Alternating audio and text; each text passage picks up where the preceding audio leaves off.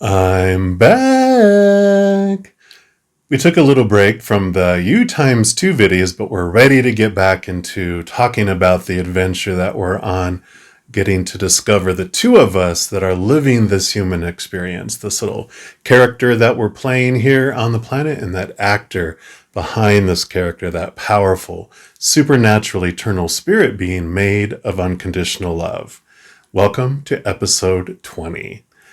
Now, previously, for the last several episodes, we've been talking about how we can connect with the spirit realm through our physical emotions, our physical senses. And we've already talked about the touch, we've talked about taste, we've talked about scent, and now we're going to hear about listening to the spirit realm. It can be difficult for our human side of us to hear the whispers of love from above, as I call it, all those messages that we can get from the spirit realm, because our human side, when it's in this chaos of fear of the outside world, it is so noisy and so loud we can't hear the whispers. It's like being in like an acid rock bar that has music playing at its maximum. You can maybe see someone's lips moving, but you're like, what are you saying to me? I can't hear you. And that's kind of the challenge that our human side has. So what we look to do, how we can really focus in on listening to the higher realms, is to get away from all the noise, get away from the chaos, get into places that are quiet. So we can do that physically and get away from even out of, the city, get away from your regular life, get out into nature where it's actually, verbally quiet, and, look at it that way. And then we also look at ways how we can intentionally raise our vibration to that of the higher realm. When we're in fear, we're at that lower love vibration, but spirit speaks at the higher love vibration, that of unconditional love and joy and peace and laughter. So for us to tune in and listen at that higher vibration, we do things in our physical world to get us to that place as well. So, and you know what that is for you. What brings you peace? What gets your mind and your body out of fight or flight and gets you into a calm place? Is it meditating? Is it prayer? Is it taking a hot bath? Is it going for a walk in nature? Is it painting? Is it working out?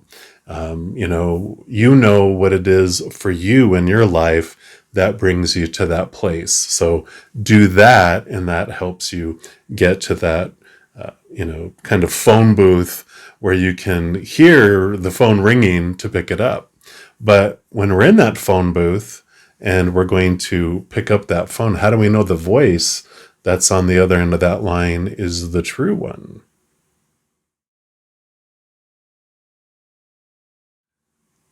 Is this voice true? That is a great question, right? Because with all the opinions and all the voices in our head from everyone telling us what we should be doing, you're supposed to be doing, need to be doing, have to be doing, must be doing, there's all these expectations and all these opinions, popular opinions in the world that have just been regurgitated and passed down and spread over and over again, where we're like, I don't know what is true. It's like listening to the news these days. It's like, I don't know what to believe, because there's so many wide variety of opinions on what the news is and what the news means, right? So one of the biggest thing for me was to really keep track of all the voices in my head that were telling me things, and watching to see which one would mess up and which one would end up not being true over time, right? Because all of them would tell me things, and then I would discover later, that's not true. That's not true. So you just start Xing them off and removing them out, and eventually you get down to where there was one voice that told you and whispered all of your life, which would be a voice of unconditional love as well, that we would know that it was consistent and that was true. Because that was the other thing, was consistency. Because if one was right, even a broken clock is right at least twice a day, right? So it's like, okay, you were right, but also was this one and this one were right too. So let me just, pay attention to which ones were consistently right. And then also, I would make sure that my mind wasn't adding in its own opinion around what that voice was telling me, especially as I began to get messages for other people and through readings and different things. It would be like, I'm like, well, I really feel like your marital situation is coming out in a positive way.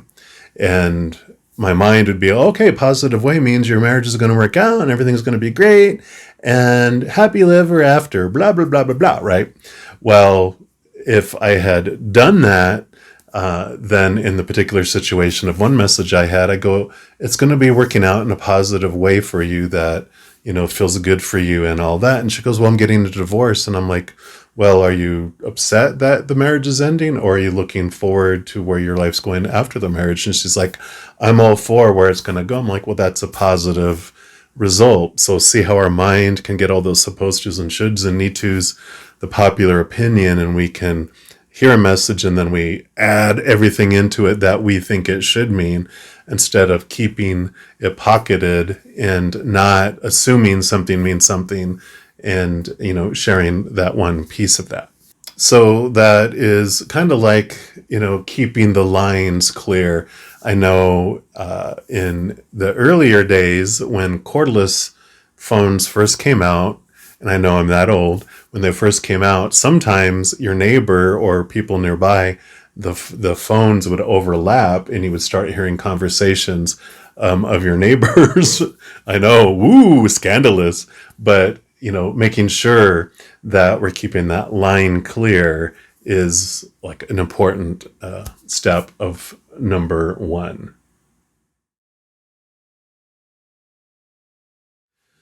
So the second thing I call oil and water, which is basically looking at, with what is being said and what is being communicated, is it of unconditional love, or is there fear of losing conditional love in it? Because if we're honest with ourselves, when the human character gets involved in anything, there's going to be some fear, ego that comes in that. There's going to be some control issues. You can even look at that with any organized religion or spiritual belief across the planet and across time. When, the message of unconditional love comes down, then man gets involved and starts putting rules and definitions and everything around it and kind of deludes it and does weird things with it. And, I look at it that, every human character that we have has a little child inside of us. And when it feels unsafe or it feels out of control, it goes into its fight or flight mode. It goes into reaction mode. The blood actually leaves our brain and goes to our arms and to our legs so we can fight or run like crazy to feel safe. And it'll do whatever it feels it needs to do to feel safe again and to feel in control again. So that's where the human side, just out of its kind of design to survive, that survival mode that it clicks into, will misconstrue some things.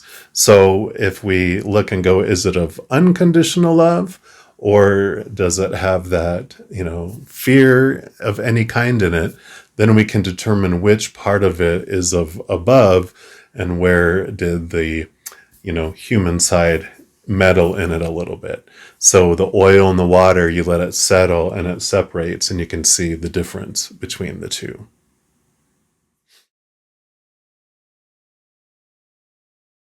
Another area you can look at briefly is the what I call false peace. And that is, if the message that comes brings you peace, it doesn't necessarily mean it's from spirit. Let me explain. So sometimes our fear ego has all these things that it's wanting to have happen, kind of like a little kid that is screaming for its toy. I want it, I want it, I want it, I want it. And it's throwing a tantrum and you're like, oh my God, here, have your toy. And it calms down. It doesn't necessarily mean that is what was, for our highest experience, right? It's because he's going to lose the toy or something else is going to upset it. It's going to explode and get upset again, in a moment anyway. So when we look at what is coming to us, what message is coming, again, is it of unconditional love? Does it bring me to a place and a feeling of unconditional love? That might be spirit. If it has a supposed to, a should, a need to, a have to, a must, those are the expectations. Those are those fear of losing the conditional love. And that might be an indicator that it's not.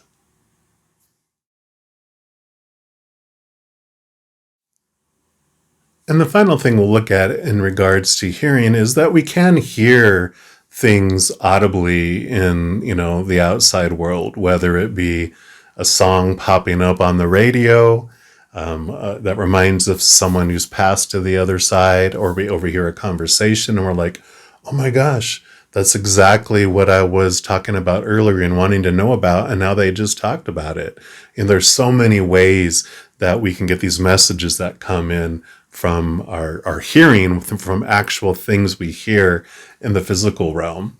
I know one of my friends, she had lost her husband, quite a while ago.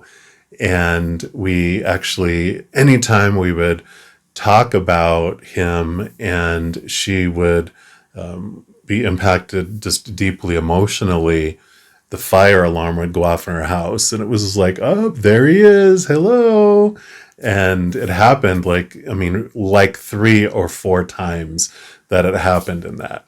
And so, it was like, okay, that's this little message that's happening. And then we went, she invited me to go with her actually to the Hawaiian Islands to put her husband's ashes into the ocean. And we were staying at this big little bungalow and at a military base. And she had woke up early, and because when I walked out of my room, out of the bungalow outside, she was sitting on the picnic table and she was in tears. She was writing a goodbye letter because that was this beautiful sunrise. She goes, it was almost seemed fake. It was so beautiful, and I knew it was time. And I put his ashes, and so I'm writing him a letter telling him goodbye. And I'm like, and he's telling me, why are you telling me goodbye? I'm never going to leave you. And so he was like nudging me to tell her that. I'm like, well, I don't know why you're writing him a goodbye letter. He's never going to leave you. He's always going to be by your side. And then in the bungalow, beep, beep, dee, dee, dee, the fire alarm went off. And you're like, what? And we just busted up laughing. And it's just one of those amazing things. They love to communicate with us in so many ways through all the senses we've talked about. And so our loved ones especially want to communicate and let us know that they didn't disappear. They're just not here, but they're not gone. And all of the beings on the other side, the creator, spirit, your guardian angels, your spirit guides, your loved ones, ancestors, there's a whole slew of beings of unconditional love and light that want to communicate with us on a regular basis. And the more we make it our habit of raising our vibration from the lower vibration of the fear and the chaos and the noise of this physical experience, and intentionally focus on unconditional love and joy and peace and laughter, the more clearly we can hear them, in the messages that they want to bring to us.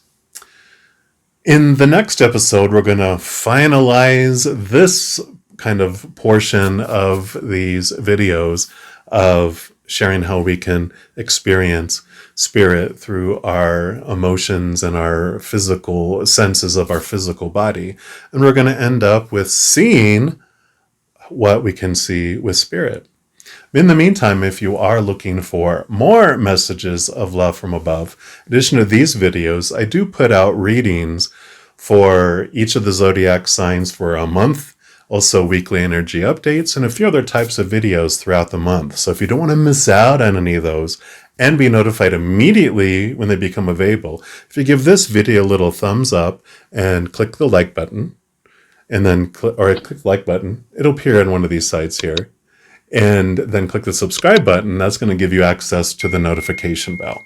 When you go in there, if you select the all option, they'll be notified of any new videos that come out on this channel. Also, doing those things helps spread the love, and it helps my channel grow in significant ways. Because when you like a video or share a video, comment on a video, or subscribe to the channel. Doing those things makes the YouTube algorithm so excited. It wants to share these videos with other people as well. So if you feel inspired to do any of those things, I'm of course very, very grateful for that. Also, any of the readings that I do, they are general readings. And if you're looking for even more specific information or answers for your specific life, I do offer personal readings, and all that information is listed in the description box below. All right, you amazing souls, as you go through this next week, please know that every second of every day you are unconditionally loved by the Creator of all things. And of course, I love you too. Have an amazing week. I'm sure I'll be talking to you very soon. In the meantime, you hang in there and you take care.